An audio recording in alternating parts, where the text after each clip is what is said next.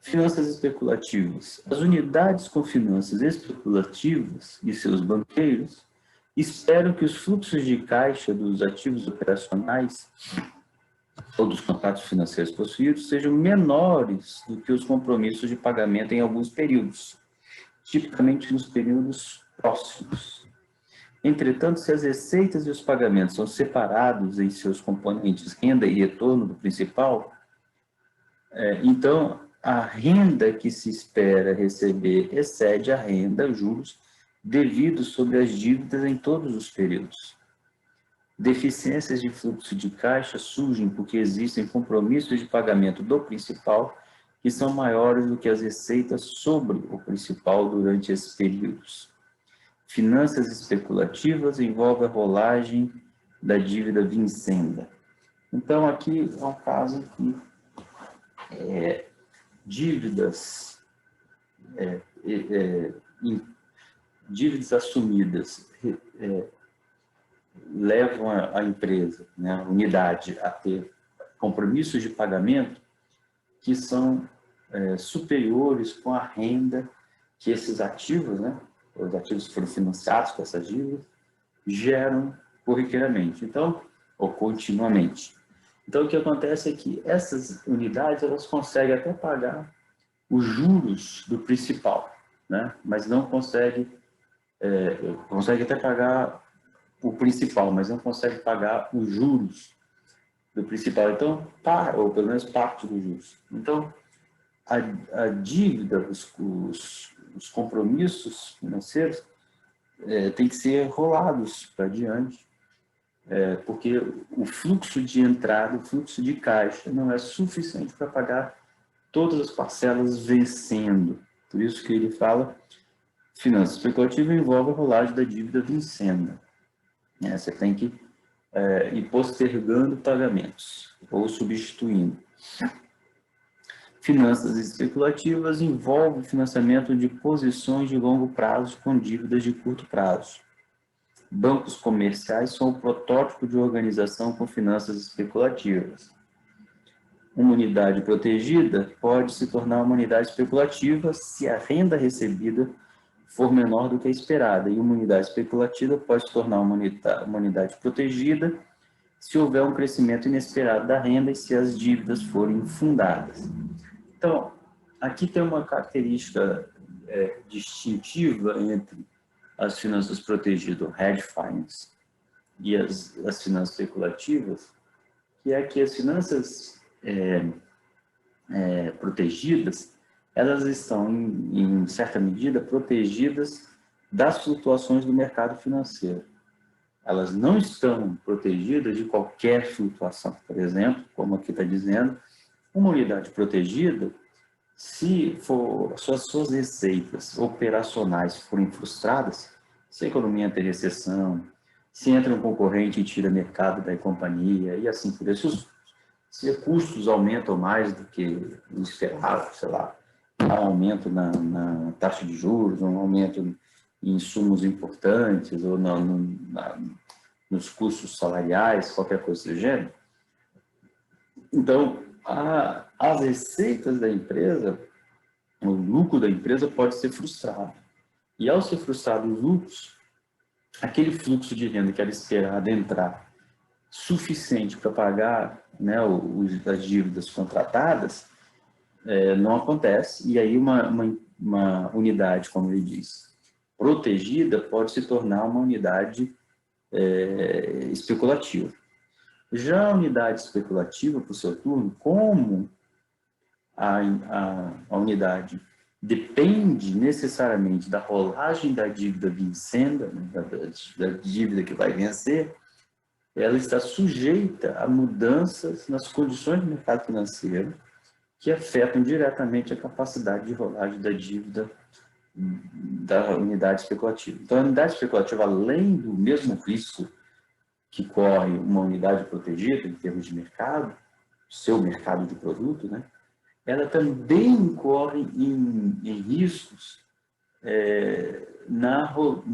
riscos relacionados a mudanças no sistema financeiro, na rolagem de seu passivo, que ela obrigatoriamente tem que fazer. Agora, ela também pode se transformar numa unidade de hedge se o seu mercado se desenvolver tão bem que os fluxos de caixa saiam maiores do que ela estava esperando, né?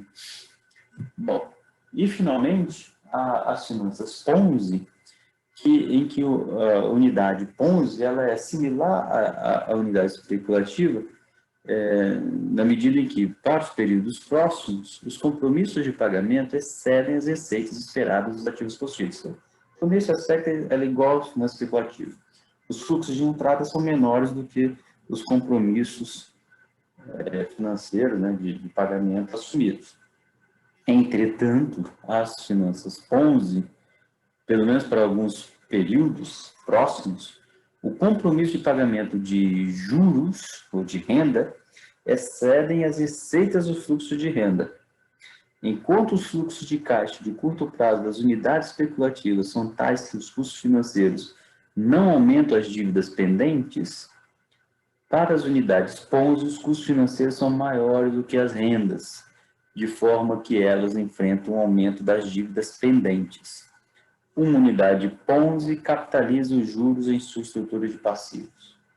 Então, as finanças Ponzi é um caso grave de finança especulativa, porque no caso de finanças Ponzi, não só rola-se a dívida, mas também tem que se incorrer em aumento de dívida para pagar os serviços financeiros das dívidas tomadas anteriormente. Então, é uma situação mais, vamos dizer, frágil em termos financeiros do que a situação especulativa.